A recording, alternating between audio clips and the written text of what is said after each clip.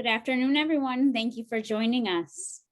On today's briefing, we'll hear from Milwaukee County Executive David Crowley, Mayor Tom Barrett, Dr. Ben Weston, Associate Professor with the Medical College of Wisconsin and Director of Medical Services with the Milwaukee County Office of Emergency Management, and Kirsten Johnson, Commissioner of Health with the Milwaukee Health Department. County Executive Crowley, I'll hand it over to you.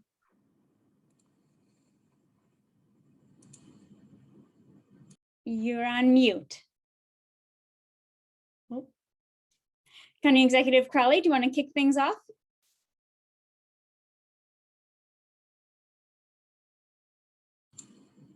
Mayor Barrett, perhaps maybe you can.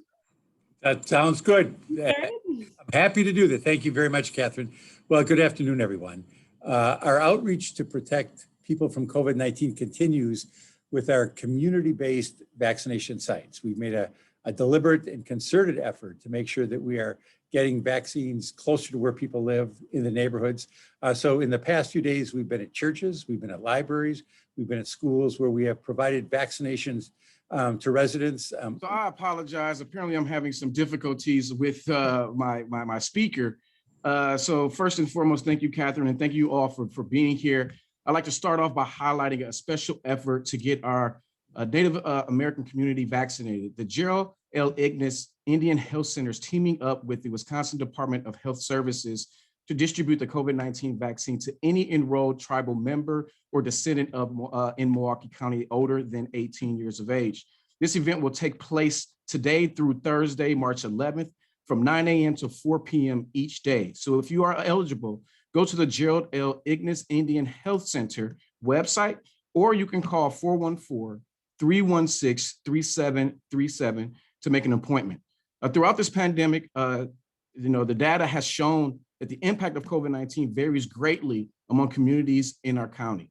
It's important that we address the race and class disparities when planning to achieve health and racial equity across Milwaukee County. And so Native Americans have the highest fatality rate right here in the state of Wisconsin, the third highest case rate, and the second highest hospitalization rate in proportion to their population, according to the Department of Health Services. And it is critical that we address the health crisis that is structural racism by providing resources and access to vaccination sites like this to our underrepresented populations. And as we focus on making the vaccine accessible to our underrepresented populations, I want to give an update on the Milwaukee County zip code program. Based on discussions with local health officials, we are expanding our zip code vaccination program to include all state eligible individuals living in zip codes 53205, 53204, and 53206. And we will continue to follow the state eligibility guidelines. Additionally, we are still working to expand accessibility with transportation options and adding a phone option for appointments in the future. And residents in these neighborhoods can visit covidnke.com for more information on eligibility, but also to fill out a consent form and be approved to schedule an appointment. But as a reminder, this vaccination effort is located at the Kosciuszko Community Center, located on the south side of the city of Milwaukee. And this site is not open for walk-ins. Appointments are required. Next, I want to discuss the federal COVID relief package that continues making its way through Congress. The Senate passed this bill over the weekend, and it is back in the House for a vote today. And if this passes, the bill is expected, it will be expected that the president signs it, and I think he's going to be glad to sign it. And with this passing, we can, as a county, Milwaukee County, can expect to receive about $183 million in federal funding. This funding is for emergency COVID-19 relief, but this will also allow us to respond to the public health emergency, mitigate the spread of COVID-19, invest in vaccine distribution, and address the negative economic impacts of this pandemic. So to be clear, this critical funding will help address the direct impacts of COVID, but it does not address or alleviate our significant structural issues that we face going forward. The federal bill also includes billions of dollars in funding for federal housing programs, transit grants, airport relief, and additional funding for testing and vaccine administration. And these are services that have been greatly impacted during the pandemic and have disproportionately affected many communities of color. And so as this bill makes its way through Congress, and more information becomes available regarding its impact on Milwaukee County, we will continue to update the public. And so when you think about these dollars and you think about Milwaukee County and where we are, before the pandemic, we were the house on the block that had a broken foundation. Our pitcher system is a crack in our foundation. State revenue is also a crack in our foundation. And when COVID-19 hit us, it really basically lit our house on fire. And so when you think about the federal relief, this is a bill that's going to help us put out that fire. But it still remains that our structure is still broken. And that is one of the reasons why we need a sales tax to fix our long-term solution, for a long-term solution. And so finally, I'd like to extend a warm welcome to Kirsten Johnson, the new Commissioner of Health for the Milwaukee Health Department. We look forward to our continued partnership with the Health Department as we navigate this pandemic together. And with that, I'd like to turn it over to Mayor Barrett, and hopefully my sound will be working after this. Well, thank you very much, Mr. County Executive.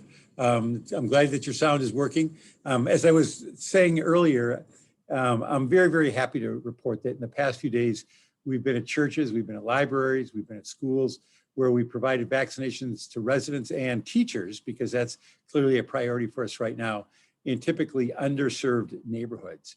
But I think the best news is we're seeing more and more and more vaccines coming to the state of Wisconsin, which means we'll see more and more coming to the city of Milwaukee and the county of Milwaukee. And as more vaccine is available, we are strategizing on how best to get it to everyone in Milwaukee. Many of you probably saw the news yesterday that the state basically is saying that the next group to be vaccinated will be those with pre-existing conditions younger than 65. I don't know what the exact date for that is. So we're all watching with bated breath because we know there's a lot of people who fall into that category. But right now, as we have these sites in the community, I want to stress that these are sites that are closed. And what I mean by closed is that we're working directly with groups in those neighborhoods, such as churches, to sign people up. Going forward, Milwaukee residents eligible for vaccination can go to milwaukee.gov/COVIDAX, or, and I put an exclamation point on this, if you don't have computer access, please call 286-6800, 414-286-6800 to schedule appointments. I know that internet accessibility is a challenge for some. I know that for some people, just getting on a computer is a challenge, and we want to be mindful of that. So not only do we have a number, but places like Walgreens have a number that you can call if you don't have internet access.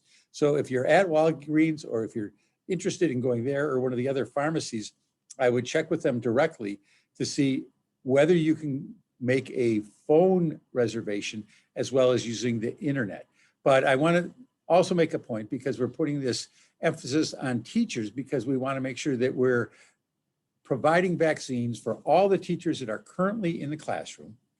And we're doing everything we can to make sure that we get the vaccines for the Milwaukee public school teachers so that they will meet their deadlines, which are to go back for the smallest kids on April 12th, the middle kids on April 19th, and the high school kids on April 26th. But the news that I have to report on that front is we do have a large number of appointments available for teachers at the Wisconsin Center. Right now, we have a large number of appointments available for teachers at the Wisconsin Center. Tomorrow alone, we could accommodate more than 800 additional teachers and early childhood educators. So this is not going to be a problem. The supply for educators is not going to be a problem, because we've got over 1,000 appointments are available on each Tuesday. On each day, Thursday and Friday. So again, if you're an educator, we want to make sure that you're taking advantage of this. Teacher appointments are also open not only at the Wisconsin Center, but South Division and North Division high schools as well. In addition to that, obviously pharmacies are doing this. Ascension is working with us. Aurora is working with us.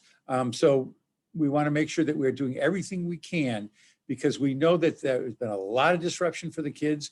We know there's been a lot of disruption in education, and we want to make sure that the teachers, the educators, the people who are working in the schools, they have their vaccinations. And so we are leaving no stone unturned to make sure that those vaccinations are there. Now people have to take advantage of it. That's how straightforward this is. I want to talk about fresh food, and this is goes into the structural racism that the county executive and others have talked about. COVID-19 has shown how racial and ethnic health disparities can be deadly. We all know that. Many of us knew that before, but I think what we have seen now is just a spotlight on how deadly these health disparities are.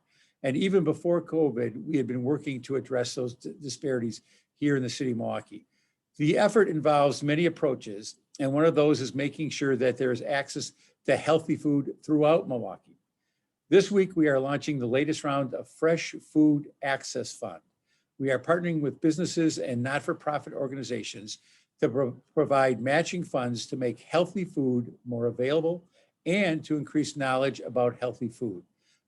We've worked closely with the Milwaukee Common Council, in particular Alderman Khalif Rainey, who has been the champion of this, to make $200,000 available in this round. So there are information sessions this week for organizations thinking about applying for the grants. Applications for this round of grants must be submitted by April 5th, which is basically less than a month away, at 4 p.m. You can find the details on the Fresh Food Access Fund and the information sessions at milwaukee.gov/FFAF. Last year, just to report on what we did last year, through the Fresh Food Access Fund, we made 24 matching grants. Half of those were for capital investments that made fresh food more available. The other half were supporting various educational efforts that shared information on growing, preserving, selecting, and cooking healthy food. We know that these health disparities are real. You could see that just in the analysis that was released in the last several weeks about life expectancy. There are serious racial health divides in our community and in our nation, and eliminating those disparities is a priority. So here we are. Today is March 9th, and as I've said many, many times, we had our first case of COVID-19 in the city of Milwaukee last year on Friday the 13th. This year, Friday is March 12th, so that will mark 1 year since the COVID-19 pandemic hit our city. I will be using this day as a time to reflect on the extraordinary, and I mean extraordinary efforts of Milwaukeeans who helped us fight this virus on all fronts. And to do this, I'd love to have your help. Even though this has been one of the most, if not the most challenging years that we have had in decades, a lot of people did a lot of amazing things. And what I want to do is I want to invite the community to shine a spotlight on the individuals and organizations who have gone above and beyond in their response to the pandemic. So share your stories, your photos, your tributes using hashtag honoring MKE heroes on social media prior to this Friday, March 12th. And I will highlight them on my social media channels throughout the day this Friday. So please help me in this effort to recognize our many, many unsung heroes who deserve the utmost praise and attention for all that they have done for our city. One of those groups, of course, are the people who have been doing the testing. And just yesterday, we had 484 people tested at American Family Field. We had another 70 on the northwest side at the health center there, 89 on the south side health center. So I will say this, as I've said many, many times, the numbers are going down, which is great news. But if you are experiencing symptoms or think you have been exposed to someone who was tested positive for COVID-19, please, please, please get tested. Finally, I would like to end my remarks by welcoming our new Commissioner of Health, Kirsten Johnson. That's Kirsten that rhymes with ear, Kirsten Johnson, on the briefing. We are very, very pleased to have her with us today. So with that, I'm going to turn it over to Dr. Weston. All right, thank you, Mr. Mayor. Good afternoon. First to our numbers, we have had 98,424 confirmed cases of COVID-19 in our community and 1,063 individuals who've died in Milwaukee County. Overall, we continue to be cautiously optimistic about our low case, hospitalization, and death numbers, as well as the lowest positivity rate since we began tracking the data, now at 3%. We've also seen a slow but steady increase in vaccine supply, and we're working with the state for more data to share more detailed trends and geographic information on the vaccine administration in the county. On the vaccine front, we announced last week our zip code program through the Milwaukee County Office of Emergency Management vaccination site at Kosciuszko Community Center. We piloted this program with the 65 plus population in 2 zip codes, 53204 and 53206. And now, to better address our vulnerable populations, we're expanding this program. will now serve all state eligible populations in the target zip codes. So anyone who is state eligible for vaccine in the zip codes 53206, 53204, and today adding 53205, so 456, can go to covidmke.com and register and schedule an appointment at our vaccination site. And we're open Monday through Friday, all day long. And as we work to serve all state eligible populations, it's important to define who exactly that is. Certainly, most of us know that healthcare providers, police, fire, those 65 and older are eligible. However, there's some groups that have not been as widely discussed. You may be eligible for vaccine and not even know it. On the education front, it's widely discussed that those in K through 12 education are certainly eligible. But if you work at the Boys and Girls Club, if you work at the YMCA or a child care center, you are eligible for vaccine. For food supply chain workers, whether you work in a food processing plant, you work in a grocery store, a convenience store, or even a gas station that sells food, you are eligible for vaccine. Utility workers, if you're an electrician, if you're a plumber, if you work with other utilities that require you to work in people's homes, you are eligible for vaccine. And then there's congregate living. If you live or work in a group home or in a shelter or a treatment center, you're eligible for vaccine. These are just some of the groups that may not be aware of their eligibility. And for all of those mentioned, childcare workers, grocery store workers, gas station workers, electrician, plumbers, so on, if you live in 53204, 05, or 06, you can go to covidmke.com and register to receive vaccine through the county. And we will continue to expand to more zip codes, keeping equity front of mind. For those who become vaccinated or who soon will, there were welcome guidelines released by the CDC yesterday. These guidelines are a bit more complex than they initially appear, but the good news was that those who are 2 weeks or more out from being fully vaccinated can visit without protections with others who are similarly fully vaccinated, and even with a single low-risk household who's not fully vaccinated. So what does this mean? One of the most welcome examples of how this works in real life is grandparents. So once 2 weeks out from their second dose, a fully vaccinated grandma or grandpa can visit and hug and spend quality time with their kids and their grandkids in a single household. Our optimism is cautious with the variants looming, but at the same time, vaccine is rolling out to our most vulnerable. And for those grandparents cautiously but enthusiastically reuniting with their grandkids, this could not be more welcome news and could not be a greater sign of better times to come. This is what our progress looks like.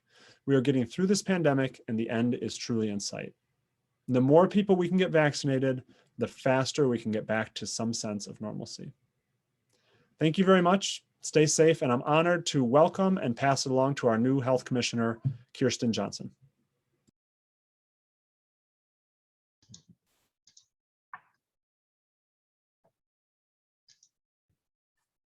All right. Thank you, Dr. Weston, and thank you, Mayor Barrett and County Executive Crowley for the warm welcome. And as Mayor Barrett said, I'm the new Commissioner of Health, and my name is Kirsten Johnson. I'm really excited and happy to be here serving the city of Milwaukee.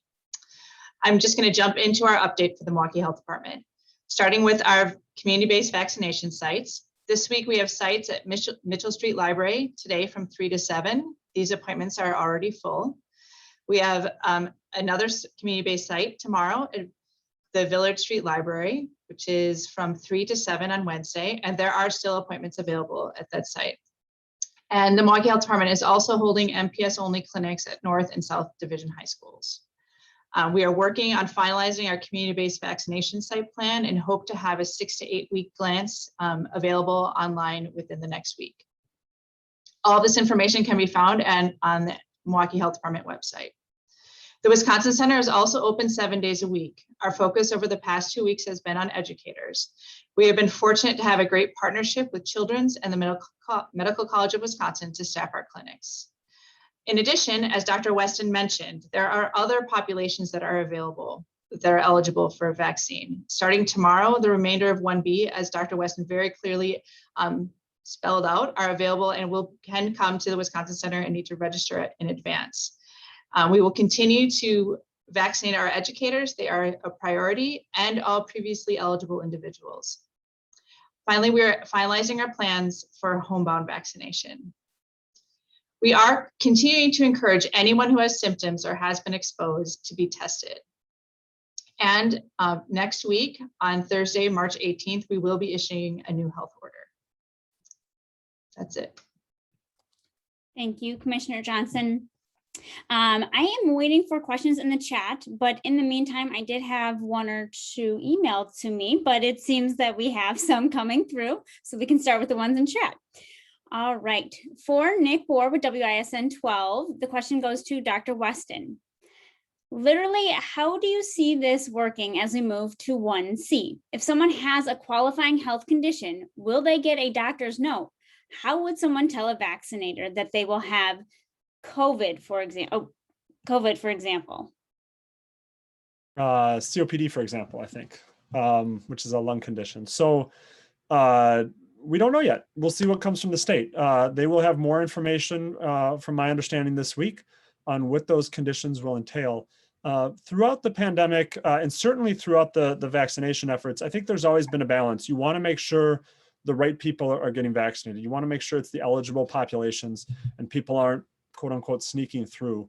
I think on the flip side, you also want to make sure you don't put up so many barriers that it slows down the process substantially, or that it puts up barriers for people who otherwise ought to get vaccinated. So I think there's a middle ground. It would probably be hard to, on the health system alone, to expect everybody with any condition to get a note from their physician verifying their condition. But we'll see what the state comes out with, and we'll certainly work with it and work to get another vulnerable population vaccinated as quickly as possible. Thank you, and I appreciate the correction there. The next one is from Rose Schmid with CBS 58, and perhaps Commissioner Johnson, you're able to address these first two. The first question is, has Milwaukee received the Johnson & Johnson vaccine? How will this help expand the rollout, especially among teachers?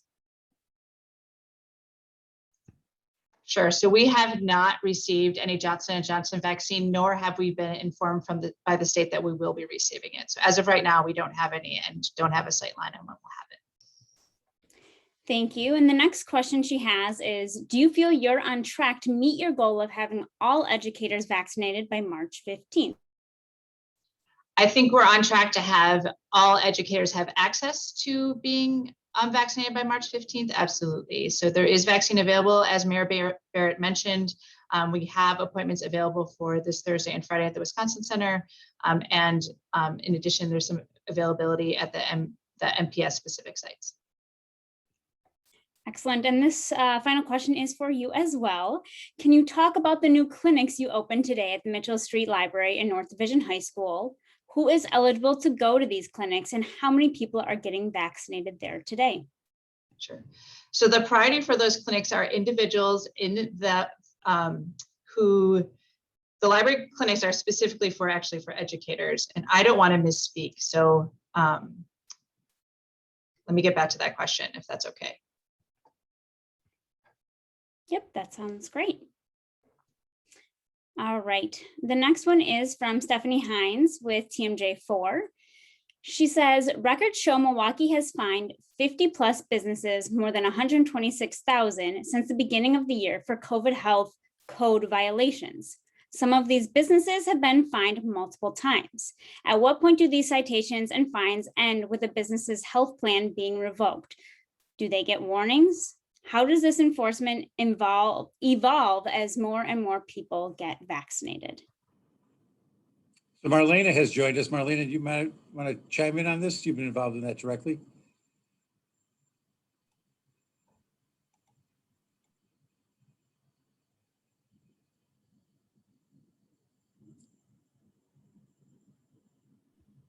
Sorry, I'm here. I had to make sure I have a different audio. So thanks so much, Mayor. So as it relates to the enforcement, we do have the multiple citation process. In addition, we do have to report to the licensing committee all of the citations. So that is part of the process where there can be more severe consequences for repeat offenders.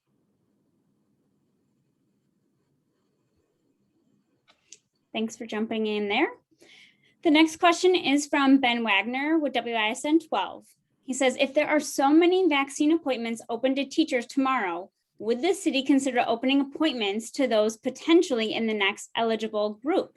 How is the health department making sure it is vaccinating as many people as possible each day? And is there any update on when FEMA help may be available? So one of the challenges we have, of course, is that we are following the directives from the state of Wisconsin. So we are not in a position where we can simply say we're going to go to the next group. We have to continue to serve those who are in the current group. I think what's happening, though, not only here, but throughout the state, that may dictate when the state opens up the next group, but it will presumably be opened up for all at that time. But as of right now, we will continue to follow, as we have from the beginning, the directives from the state of Wisconsin. Thank you, Mayor Barrett. We have a few questions from Christina Van Zels with Fox 6. Perhaps Dr. Weston, you can answer the first one. As more people are vaccinated and the pandemic is hopefully brought under control, do you think there will be a return to normal, or do you think the pandemic will shift what normal is? Yeah, it's a good question. I think that certainly the CDC guidelines that were released yesterday show that we will have a shift back toward normal. There's more and more evidence that the vaccine not only prevents disease and hospitalization and death, as every vaccine has been shown to prevent that 100% of the time in the trials, but it also seems to prevent transmission. And we need more data on that, but that's where these CDC guidelines are starting to come from, is that when you get vaccinated, it's much harder, it seems, for you to pass the disease along. And so I think the CDC guidelines we saw released are the start of our return to normalcy, in particular for those who are vaccinated. So whether we'll get back to where we were, a year ago before any of us were thinking much about COVID, I think it's hard to say. I think we'll see more masks in the future. I think we'll see some more precautions in certain settings in the future. And I think certainly we'll see more vaccines in the future. But I think the positive news is that we're getting back toward a sense of normalcy. I think that touches on another one of her questions. And for any of the other health experts on the call, I'll just pose it in case there's anything else to add. Is returning to a pre-pandemic normal even an ideal situation in light of problems, healthcare, educational, economic conditions that existed before? I mean, I'll give one example of this. When I work in the emergency department now, obviously I wear a mask all the time, and not just with patient encounters, but all the time. And thinking to the future, whether it's COVID or flu, it probably makes sense to wear a mask when going in to see a patient, especially in winter time when flu is around. And so I think that's one area where things are going to change. But I think doing telecommunications, doing more Zoom, more meetings like this, I think there's a lot of ways that our society will change from a convenience standpoint as well as a health focused standpoint.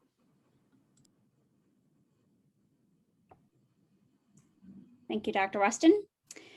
Our next question comes from Christine Flores with CBS 58, and this is for the representatives from the city on the call.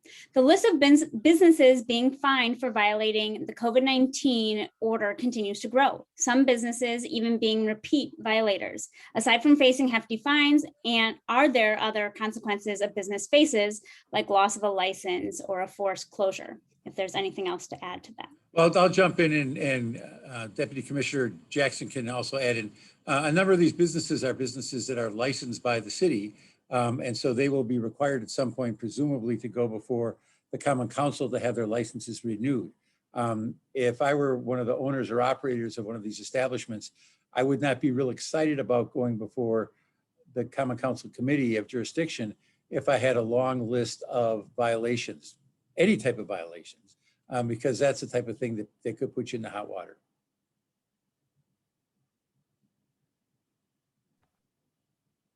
Thank you, Mayor Barrett. The next question is from Chuck Kornbach with WUWM, and he's asking, for the elected officials, please tell us more how the $183 million would be spent in the county. So Milwaukee County will be using these dollars to really, again, address the direct impacts of COVID-19. So we want to make sure that we can respond to this public health emergency. We want to mitigate the spread of COVID-19, but also make sure that we invest in the vaccine distribution through a racial equity lens as well. But also address the negative economic impacts. Thank you, County Executive Crowley. Sarah Lask with the Milwaukee Business Journal has a similar question related to citation. So I will ask it if there's any additional updates. For Commissioner Johnson, will next week's health order be more or less restrictive? And for what types of businesses, what trends are you seeing that lead to being ready to change the order? Thank you. We are seeing, as Dr. Weston mentioned, a downward trend in the number of cases. Our test positivity rate has improved significantly. It's the best we've seen since we started collecting the data. So it is going to be a comprehensive order. We are also looking at adding a burden metric to align more closely with the CDC. So it'll address all different businesses that have previously been addressed in the order. And again, it'll be available next Thursday. Excellent. Jason Calvi with Fox 6 has our next question for Mayor Barrett. Would you please explain how Milwaukee plans to use the $105 million in the COVID-19 relief bill? Wisely and responsibly is the short answer. But we will be looking at the healthcare disparities. We'll look at the loss of revenue that we've occurred over the last year. We'll also look at the structural challenges that have led to the healthcare disparities that have been in existence in this community, in the state, and this nation for a long time. But this is an incredibly significant piece of legislation. I think people probably don't even understand the depth of all of the measures in there, and from child care credits to earned income credits to help for housing.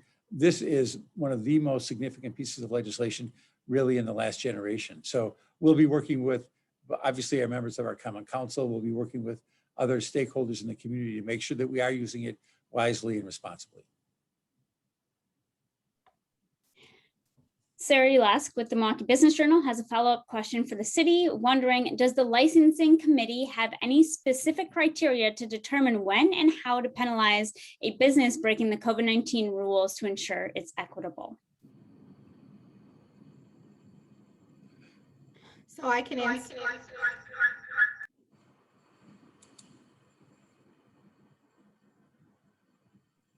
Sorry, these new normals that we're talking about. So, so the answer to that question is they don't have any specific criteria that determines that. But as the mayor earlier shared, when establishments go to the licensing committee, they have to have all of their citations reviewed, and then the committee determines what that what the consequence or not is for those citations.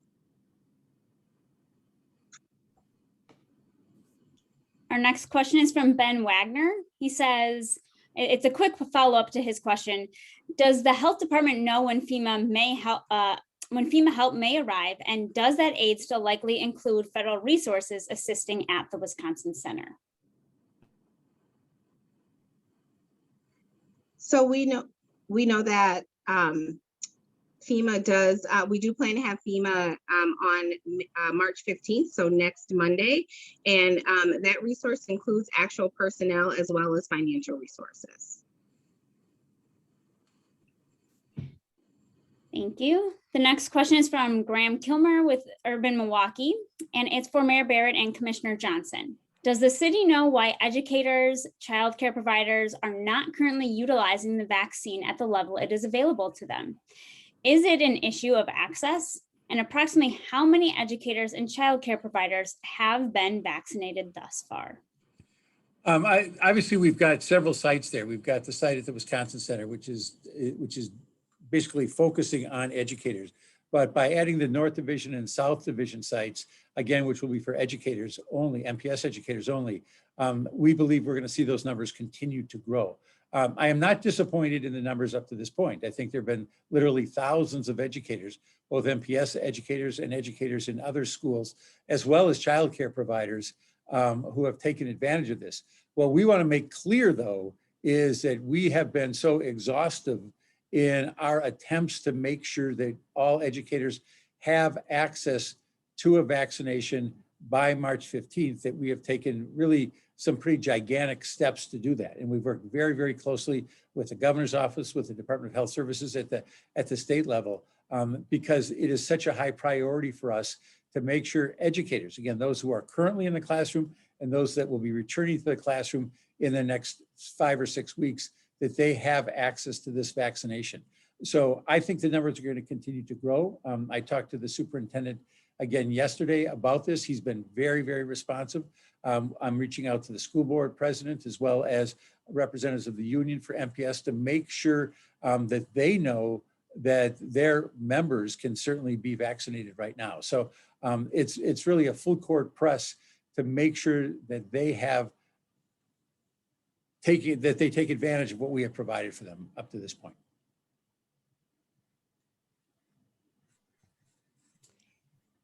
I believe I'm seeing our last question, and it's a clarifying question from Christina Van Zelst with Fox 6. She's asking, as we move closer to normal, will restaurants have capacity limits in the future? And what will a fun stadium at sporting events look like?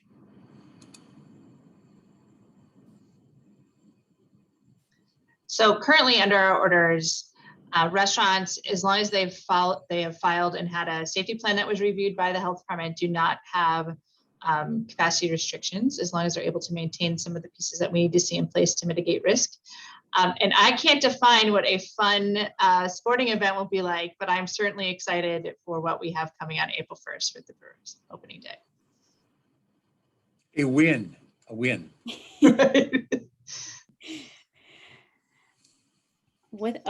Right. And our final question is from Chuck Kornbach. The Pew study last week said more Democrats than Republicans plan to get the vaccination. What is your message to local Republicans? My message is this is a healthcare issue. It's not a political issue. Please get vaccinated for yourself, for the people you love, the people who love you, and other people in our community. Absolutely. I couldn't have said it better. We just need to make sure that everybody understands that in order to get over this pandemic, we have to lean on one another. And so we need as many people to get the vaccine as possible so we can get to a new normal, open our business, and get our economy going.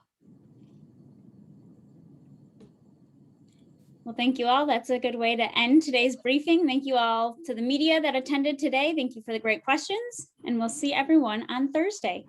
Thank you all. Thanks, everybody. Thank you.